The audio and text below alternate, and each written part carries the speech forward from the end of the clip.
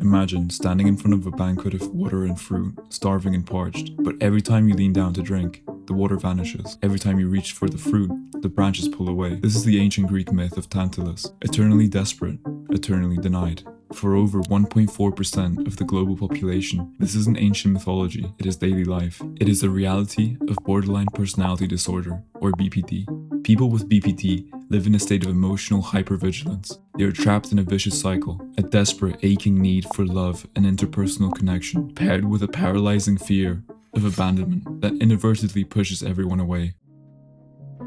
To look at BPD is to look at Francisco Goya's Saturn devouring his sun, a visceral, terrifying manifestation of consuming the very thing you love out of fear and madness. The stakes of this diagnosis have been agonizingly high. BPD carries one of the highest suicide and self-harm rates of any mental health condition. The psychological community has largely treated it as a lifelong rigid sentence. The only path forward is years of tiring dialectical behavioral therapy. But what if the medical world has been looking at this entirely wrong? What if the core of BPD isn't just an emotional defect, but a biological starvation? Our goal today is to answer a singular heavy question: is BPD curable? And to answer that, we have to look at a radical new scientific discovery, a literal, laboratory-grade love potion administered straight up the nose. By the end of the video, you will see exactly how close we are to breaking the curse of Tantalus. What does BPD look like?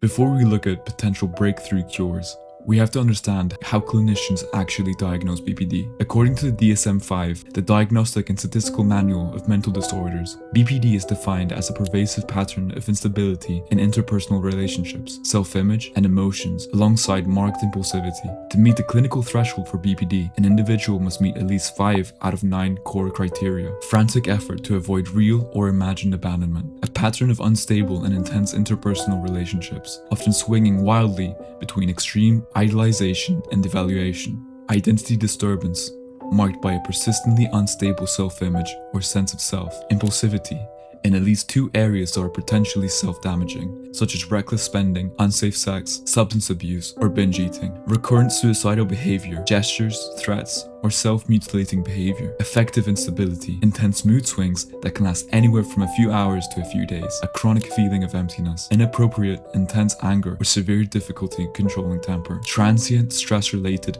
paranoid ideation, or severe dissociative symptoms. Looking at these criteria on paper, you begin to realize that BPD isn't just a bad mood or a difficult personality, it is a profound disruption of the self. To understand why BPD is so notoriously difficult to treat, we have to understand what is happening inside the brain. For years, psychiatrists have noted that at the absolute bedrock of BPD lies a profound impairment in empathy. In psychological terms, empathy is broken down into 3 distinct pillars. Cognitive empathy, the basic ability to accurately recognize what another person is feeling. Emotional empathy, the capacity to physically relate and to resonate with that feeling. Approach motivation, the instinctive biological urge to want to be socially close to others. Clinical studies out of Germany revealed a fascinating anomaly. Individuals with BPD score significantly lower across all 3 categories compared to neurotypical individuals. However, they possess a hyperfixation on negative emotions. They can spot anger, rejection, or disappointment in micro-expressions from a mile away, simply because it's the hostile environment they are most familiar with. As the great philosopher Friedrich Nietzsche wrote, "He who fights with monsters should look to it that he himself does not become a monster. And if you gaze long enough into the abyss also gazes into you." For someone with BPD, the abyss is the constant unyielding expectation of rejection. Their brains are locked in a perpetual fight or flight state. When you tell someone with BPD to just have self-compassion or trust their partner, it's like asking a colorblind person to see the color purple. Biologically, the machinery isn't firing. Enter oxytocin, often dubbed the love hormone, or the bonding molecule. Oxytocin is a powerful hormone produced in the brain. It is the exact chemical responsible for the profound bond between a mother and her newborn baby, and a deep, warm safety felt during physical intimacy. It is, for all intents and purposes, the molecular glue of human connection. Dr. Tracy Marks once shared a story from when she was a nursing mother. Here's my oxytocin story. It takes place at a time when I was breastfeeding. I was out shopping at a retail store and was checking out at the register. And there were a few associates behind the counter. One of them looked like he was developmentally and socially impaired. He didn't fit with the other people. He was dressed in his shirt and tie, but he was standing off to the side of everyone else, not making eye contact and looking down at the floor. And I thought to myself, that's great that he's got a job. Because in my area, there's a few large companies that make a point of hiring people with impairments. Then I thought, I hope no one picks on him. He was a big guy, tall, solid looking, but I pictured in my mind him being approached by bullies, and I thought, I wonder if he can fight. And the second I thought that, I felt my milk come in. And if you've never breastfed before, there's a letdown reflex that you can feel when your milk enters into the milk ducts. It's like priming the pump. And that reflex can be triggered by hearing your baby cry or by putting a baby's mouth to your breast. But here my milk was being triggered by my concern about whether or not this mentally vulnerable man could defend himself. A simple, empathetic thought instantly flooded the system with oxytocin, physically preparing her body to protect and nurture a stranger. But what happens when you synthetically induce this love potion to a brain starved of it?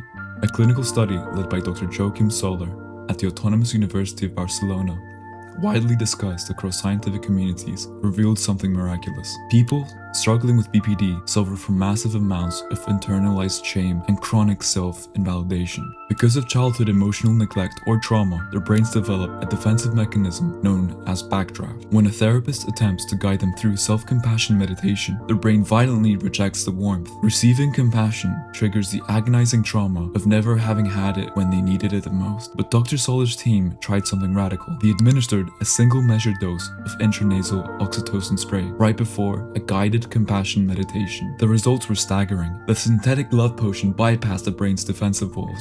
It gave individuals a sudden, profound biological capability to visualize comforting mental images and hold onto the feeling of safety without triggering panic or disgust. Furthermore, German clinical trials confirmed that a single puff of oxytocin skyrocketed the empathy scores of BPD patients, temporarily leveling them to match completely healthy neurotypical controls. It brings to mind the profound realization of the philosopher Baruch Spinoza, who wrote, "Emotion, which is suffering, ceases to be suffering as soon as we form a clear and distinct picture of it." The oxytocin spray acts as a chemical lens, allowing the patient to finally see a picture of love and safety without the distortion of terror. It is the visual equivalent of Ramron's return of the prodigal son, providing a sudden, tangible, biological blanket of safety to a mind that has only ever known exile. So we return to our ultimate question: is BPD curable? If by cure you mean a single pill or a nasal spray that you take once to permanently erase the disorder forever, the answer is obviously no. A chemical cannot teach you how to communicate, how to navigate a fight with your partner, or how to build a stable life. As the medical research concludes, oxytocin is not a standalone cure. It is an add-on agent. It is a biological key that unlocks a rusted door. It temporarily lowers the agonizing emotional distress and boosts empathy, allowing traditional therapies like DBT to finally penetrate the mind and create a permanent structural rewiring. BPD is no longer a rigid life sentence. It is a highly treatable, deeply biological vulnerability that we are finally learning to decode. The curse of Tantalus can be broken. The water is finally within reach.